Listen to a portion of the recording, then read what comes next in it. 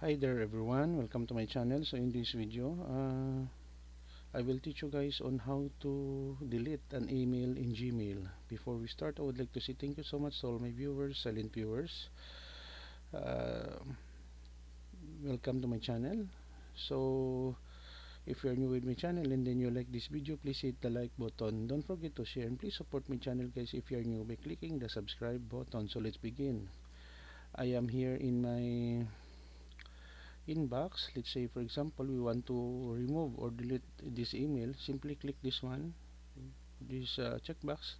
We should be have to click or tick this one, and then go to this email, this icon, the delete.